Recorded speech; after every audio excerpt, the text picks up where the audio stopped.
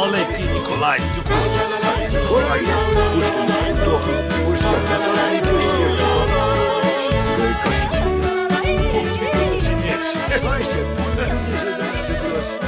Voilà. Ah, parfait, on est tombé dessus direct. Parce que peut-être avez-vous vu passer cette chose, cet événement qui s'est passé au Salon de l'Agriculture. Hein. Au Salon de l'Agriculture, il s'est passé ceci. Alors évidemment, là la vidéo fait 1 minute 33, donc c'est peut-être un peu long. Mais, oh bah, combo, hein. Donc Marion Maréchal Le Pen s'est faite asperger de bière. Elle était là, peinard. Et là... Alors écoutez, en plus c'est vraiment le sujet. Attendez, est-ce qu'on peut reprendre? Parce que... Alors, je dois vous féliciter à tous et toutes là. Parce que j'ai monté le stream la semaine dernière et je trouvais que c'était assez chouette les échanges qu'on avait eu et tout. Et du coup, voilà, je vais essayer de... En tout cas, ce passage là, je pense qu'il y a tout un petit passage qu'on peut faire sur le... On va parler du Salon de l'Agriculture, de l'extrême droite et des agriculteurs. Et du fait que, comme on l'avait déjà dit un peu en début d'émission, là, que toujours tout est un peu plus compliqué que ce qu'on croit. Donc qu'est-ce qui s'est passé? Marion Maréchal Le Pen au Salon de l'Agriculture, donc on avait vu Bardella l'autre fois qui essayait de récupérer un peu tout ce qu'elle gâchis, gâchis d'une bonne bière, renversée sur Marion Maréchal Le Pen. Voilà. Donc elle est allée au Salon de l'Agriculture, et tout, elle était là, peinardos coulos, et d'un coup, je sais pas c'est quand, à un moment ça va arriver. Hein. Profitez-en, c'est agréable quand même. Hein, c'est agréable. Et donc elle était là, elle était tranquille, elle était peinard, accoudée au comptoir, un gars est rentré dans le bar. Ça paraît totalement démagogique et irréaliste du fameux prix plancher européen proposé à la va-vite par notre président sorti du chapeau. Ah non mais nous on veut voir la douche. La réponse à apporter aux agriculteurs, c'est déjà de leur permettre de pouvoir produire. Mais on n'a pas la douche. Donc déjà d'apporter des réponses. Oh là là, la vidéo mensongère, attendez, non, la baisse on trouve des la douche. charges. Du fumier partout, pourquoi de la pierre? Oh non. Oh là on les voit tout de suite. Vous êtes en mode... voilà, hein, vous êtes en mode non. Ah, est-ce que... Mais j'aimerais vraiment qu'on la chope, ce passage-là. Ah oui, on l'a, là. On se met quand même... Vous l'avez sans doute vu. Désolé, excuse-nous, monsieur les news, hein, mais toi, tu fais 58 000 vues. Donc, à un moment, nous, on a le droit. On te vole ton truc. Et là, c'était Marion Maréchal. Elle se promenait dans le salon d'agriculture et paf! Paf, la bière sur Marion Maréchal. Pourquoi est-ce que les Verts m'emmerdent et pourquoi est-ce que... et même, voilà, on peut parler donc, là, on s'est réjoui en début de stream du passage de l'IVG dans la Constitution, mais c'est pas parce qu'on défend des causes telles que le féminisme que, en fait, le féminisme est un prétexte à dire tout et n'importe quoi. Donc là, on a un combo. Et le combo écologiste chiant, cringe, plus féministe un peu cringe, qui est-ce qu'on a? Sandrine. Sandrine qui dit « Le déchaînement de misogynie après le passage de Marion Maréchal Le Pen au Salon de l'Agriculture n'est pas acceptable. Ne jamais utiliser les armes de nos ennemis. » Donc, la meuf, est-ce qu'elle essaye de nous faire... je crois que ce qu'essaye de nous dire Sandrine Rousseau, c'est que ça, c'est un déchaînement de misogynie. C'est-à-dire qu'en fait, quand quelqu'un est d'extrême droite, en plus, genre, on est d'accord que Zemmour, c'est à droite du Rassemblement national. Hein. Donc c'est vraiment l'extrême droite, en termes de parti d'encadrement, ça fait partie des trucs les plus tarés qu'on a ici. Quand des gens sont d'extrême droite, et qui se prennent une bière dans la gueule, et le liquide, hein, pas le verre, donc pas de blessure physique. Il peut y avoir une blessure morale, mais pas physique. Une bière dans la gueule, et c'est une femme, du coup, d'un coup, ça devient de la misogynie. Ça, c'est pas possible, en fait. On peut pas... en fait, on peut pas... c'est pas un chat perché, le féminisme, en fait. C'est pas parce que... C'est que pareil pour les lustres. C'est pas parce qu'on a un certain statut que d'un coup, on devient moins atteignable, à défendre sur tout et partout et dans toutes les positions, etc., etc. Voyez, et ça, cette position de c'est pas un chat perché, elle est saine, elle est valable, elle est indispensable à gauche. Vous voyez, ce qui fait que la gauche qui réfléchit vraiment n'est pas une gauche islamo-gauchiste, C'est parce qu'elle sait faire aussi des critiques de l'islam, elle sait aussi qu'il y a des moyens, des temps et des moments pour la faire, mais qu'on réfléchit avant de donner des armes à ces connards de gens d'extrême droite. Bon, bah là, à aucun moment... Enfin, attends, moi j'ai pas l'impression d'avoir vu... Est-ce que vous, dans le chat, ça, vous êtes senti heureux parce que vous avez une femme aspergée par de la bière? J'ai quand même l'impression que ce qui peut nous plaire quand on a une sensibilité un petit peu progressiste, ou même pas progressiste, ou genre le fascisme, c'est pas notre délire, quand on a écouté déjà parler Marion Maréchal, le fait qu'elle se prenne une bière sur la gueule alors qu'elle est en pleine stratégie de récupération sur le mouvement des agriculteurs, qui, on le rappelle, sont des gens qui crèvent du cancer, qui se suicident, etc., qu'elle se prenne une bière. C'est pas de la misogynie, de fait de se réjouir de ça, quoi. Donc voilà, exactement, Vamos, exactement. Donc du coup, on a beau être un stream d'écologistes, et j'ai beau aimer Sandrine parce qu'elle a une capacité à faire un barbecue et à trigger des droits tardés, ça, c'est de la connerie. Voilà. À moins qu'elle cible un truc en particulier, mais dans ce cas-là, si vous voulez critiquer des propos, citez qu'il est dit, quoi. Parce que là, on a l'impression que, parce qu'on se réjouit du fait qu'il y a eu... Parce qu'on n'a plus l'entartage maintenant, etc. Parce qu'elle s'est pris un truc, voilà. Bon, les gens ont l'air d'être un peu, voilà. Je passe sur l'hypocrisie de Sandrine Rousseau, c'est l'extrême gauche qui utilise la violence. Et lui, lui, j'ai un dos. J'ai un dos sur ce type. Samuel Lafont, si c'est bien lui auquel je pense. C'est lui, putain. Lui, voilà, président de Damoclès. Damoclès, c'est un groupe d'extrême droite auquel je suis inscrit. Et qui envoie des newsletters et tout, qui fait de la propagande complètement tarée. Et lui, il y a des fois, une fois par an, ils font des recensements dans les gens qui est prêt à prendre les armes, etc. Lui, voilà, bonne tête de taré. Hein. Bonne tête de taré. Bref, Sandrine, bon, il dit de la merde. Hein. C'est vraiment, c'est un crétin qui fait de, enfin, c'est un crétin. Les violeurs et les violents sont dans votre camp. Bruno Attal, c'est qui Bruno Attal? Fier d'être flic. Ah, ça c'est, putain, des fois ça va. Et salut Quan, ça roule. Salut. Le mec est téléchargeable sur dafont.com. Samuel Lafonte, fier d'être flic. Ça va. On parlait du coup de notre camarade, notre non-camarade Marion Maréchal, il s'est fait asperger. Une femme ou ça? J'ai juste vu une nazie à l'Oktoberfest, exactement. Alors elle parlait des réactions, des commentaires de certains, dont des écolos qui étaient misogynes. J'ai juste une supposition, j'ai pas vu cette histoire. Mais oui, alors, tu vois Stéphane, c'est ce que je disais, c'est qu'en fait, genre par exemple, quand vous avez une discussion, moi ça m'arrive d'avoir des discussions avec des gens qui disent ouais mais parce qu'à gauche vous pensez ceci. Et à chaque fois je réponds bah non mais dis-moi qui dit ça. En fait, il faut toujours à un moment, les propos ils viennent de quelque part. Tant que c'est pas un slogan de manif ou que c'est pas une doctrine clairement ancrée, c'est des gens qui parlent. Donc plutôt que de dire le déchaînement de misogynie n'est pas acceptable, en fait, il y a aussi un truc qu'il faut comprendre et qui est valable dans le racisme, qui est valable dans d'autres trucs, c'est que quand vous voulez insulter quelqu'un, vous insultez quelqu'un de manière vulgaire avec des choses méchantes, en fait, en général. Quand vous insultez, le but, c'est pas d'être gentil, quoi. Quand vous dites l'autre enculé, c'est pas tant pour nuire à la sodomie que parce que vous prenez le premier truc un peu qui vous tombe sur la gueule. C'est quand vous voulez insulter des gens, voilà, bon, bref. Sacré Marion, ouais. Donc voilà, Sandrine, ceci. Pour dans la continuité de ça, il s'est passé un espèce de truc avec ce truc-là. Hein, enculé, voilà. Enculé, mais pas comme on aime. Enculé, pas la pratique, l'insulte, quoi. Voilà, c'est ça. Parce que, et pareil là-dessus, ce qu'on disait, c'est que c'est pas des chats perchés. Voilà, c'est pas parce que...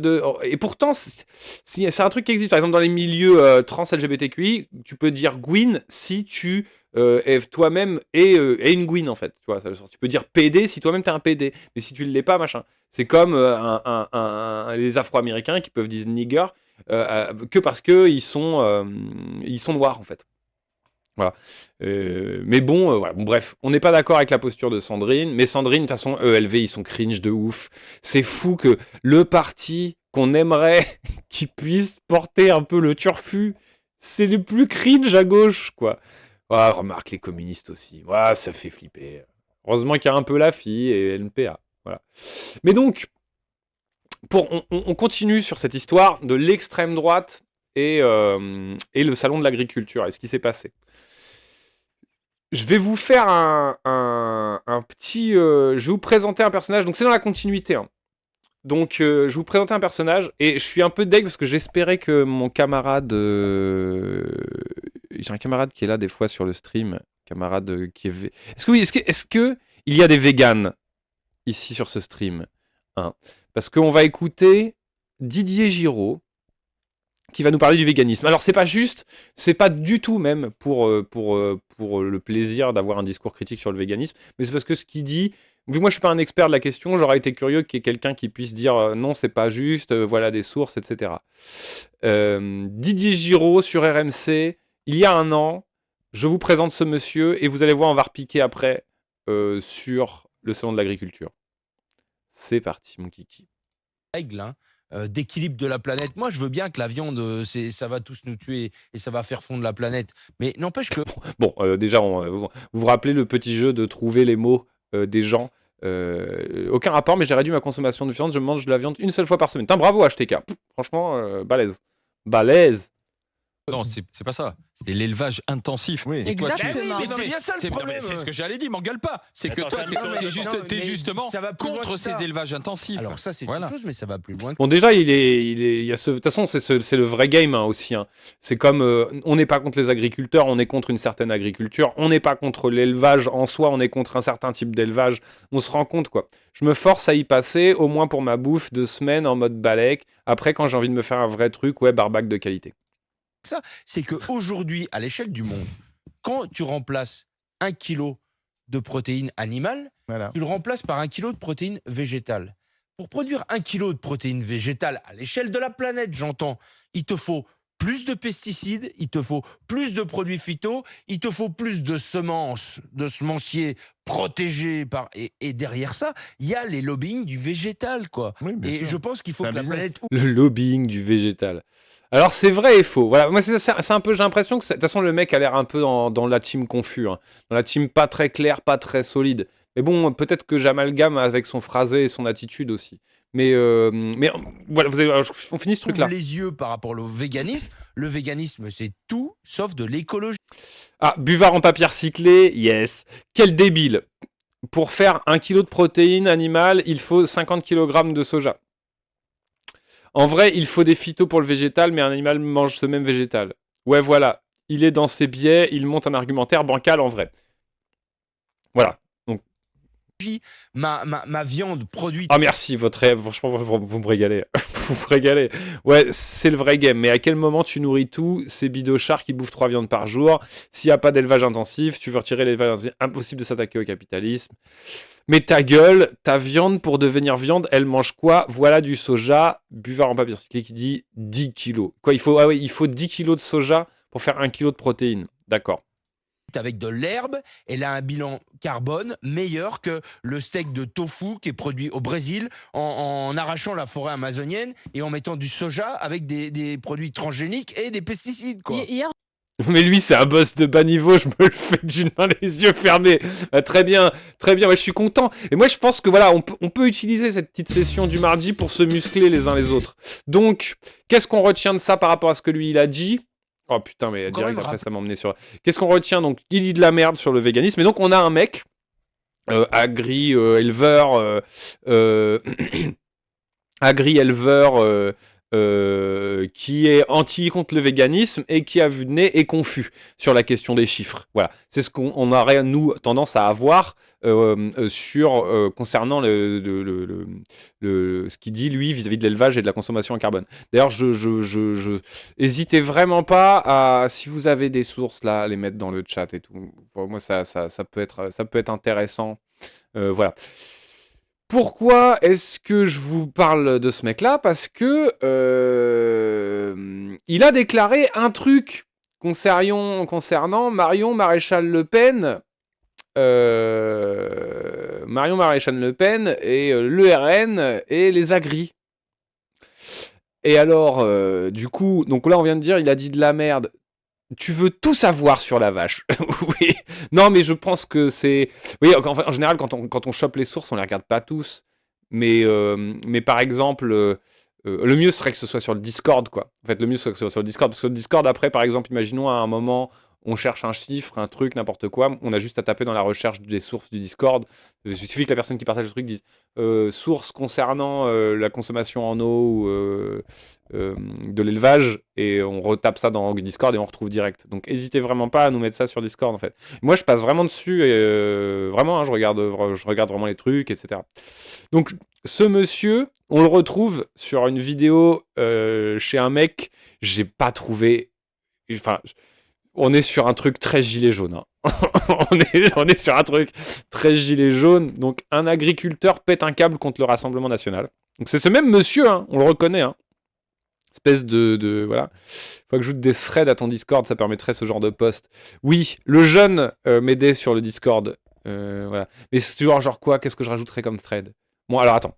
On va faire ça, puis ensuite on parle logistique. Voilà ce qu'il déclare. J'en peux plus de ces énarques, quoi. Que ça soit Fesneau, que ça soit Le Maire, que ça soit Attal. Ces mecs qui ont fait des études, qui connaissent rien à rien, qui n'ont jamais mis une paire de bottes et qui nous expliquent comment il faut qu'on produise. Avec un peu de paresse intellectuelle, tout ça, c'est bon pour le RN. Enfin, je rappelle que le vote Front National en milieu rural, c'est d'abord un vote de retraités, c'est pas un vote d'agriculteur actif. Hein. Faut quand même le dire. Et puis Bardella, il peut faire le malin. Aujourd'hui, à Bruxelles, il n'y a pas mis les pieds de son mandat. Quoi, hein. Il y a à peu près pas mis les pieds. Chaque fois qu'il y a quelque chose d'important qui se vote, il n'y est pas. Donc les députés Front National au Parlement européen, ils sont absents, toujours absents. Alors nous expliquer quand il y a le feu que c'est lui qui va nous sauver. Voilà la vraie voix d'un agriculteur. Voilà, après le mec, c'est le gars, ce charmant monsieur qui s'appelle le vrai Pinocchio. Voilà. Merci à toi le vrai Pinocchio. Mais ce petit extrait est intéressant. Alors après, évidemment, quand on voit la merde que le monsieur dit concernant le véganisme, on peut se demander si là il redit pas des conneries. Après, c'est vrai que, voilà, là, on en parlait un peu du vote rural Rassemblement national. Moi, j'ai grandi dans un village donc, qui était près du Grand Bourtéroulde, qui est un village qui s'appelait Le Bosque-Roger en Roumois. À Le Bosque-Roger en Roumois, il y avait une famille de Noirs, et le score du Front National en pourcentage a été le même chiffre que la température anale, quoi. Un petit 37, petit 36.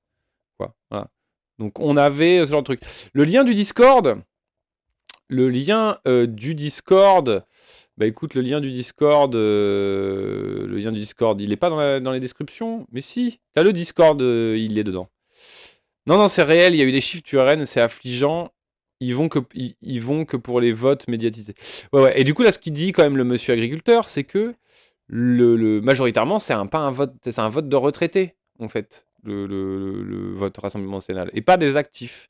La question que moi ça me pose, c'est que moi il y a pas mal de maraîchers, même d'agri que je connais, les gens qui viennent les aider au champ, c'est des immigrés ou c'est des personnes qui ont leur papier, hein, mais etc.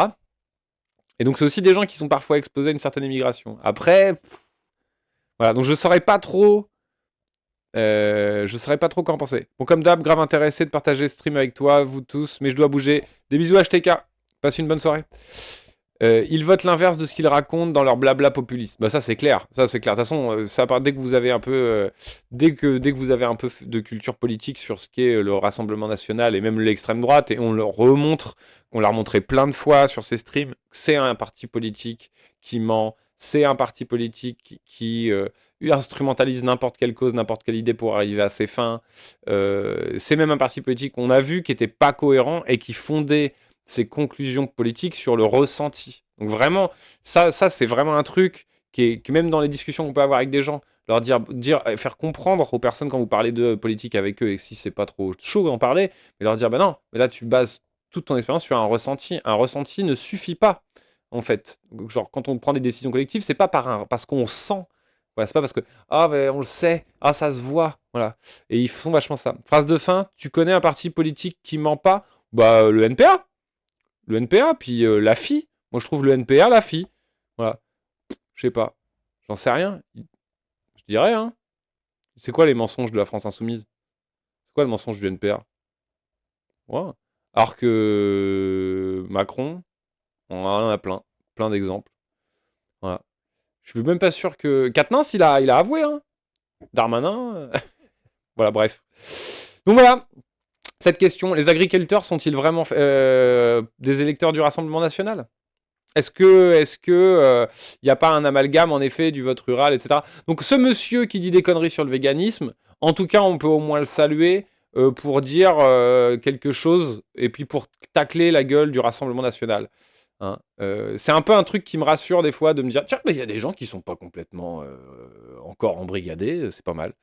Vu le nombre et la scission, vu le nombre de scissions NPA, il faudrait leur demander, on devrait, avec des dossiers. Bah moi, Philippe Poutou, je le croise 2-3 fois par an, parce qu'il habite à côté de là où je suis, et puis parce que il vient des fois, et tout, puis c'est parce que aussi c'est un gars qui est juste ultra accessible et super cool. Et ouais, c'est un vrai game. Le game de la scission au sein du NPA. Le NPA, c'est vrai que c'est un parti qui a du mal, mais ça a toujours été un peu comme ça. Hein. De toute façon, voilà, ça a été d'abord Force ouvrière, puis c'est le nouveau parti anticapitaliste. Enfin bref, il y a toute cette genèse, cette histoire de ce parti qui se casse en plein de morceaux. Bon, voilà, moi je n'ai qu'un rêve. Moi je le dis tout de suite. Hein. Moi j'aurais qu'un rêve, c'est le GNL. Voilà, moi j'ai un rêve, c'est le GNL, le Groupement National des Luttes.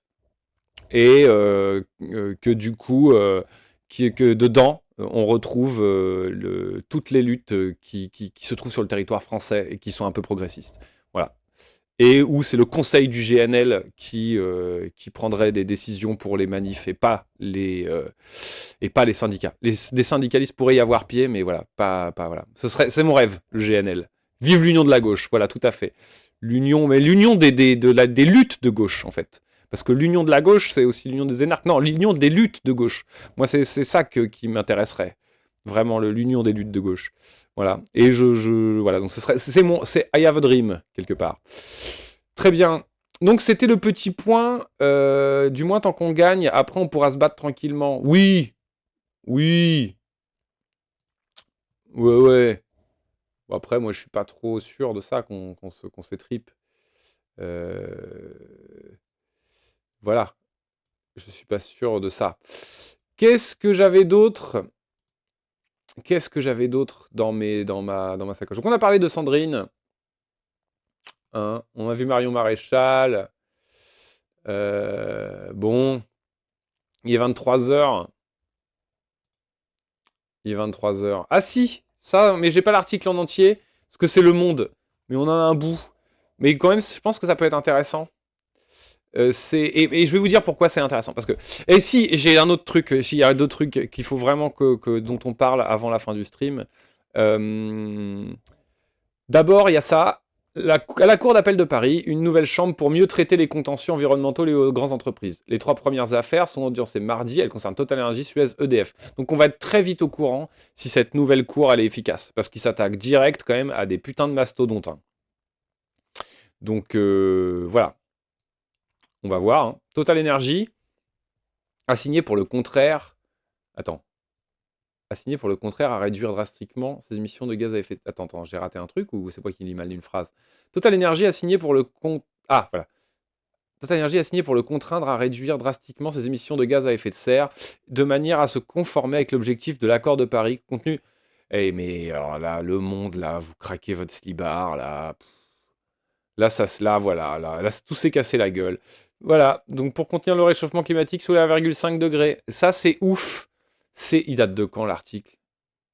Aujourd'hui, à 6h, que les mecs ils écrivent ça, alors qu'on les a passés les 1,5 degrés, ça rend ouf un peu. Hein.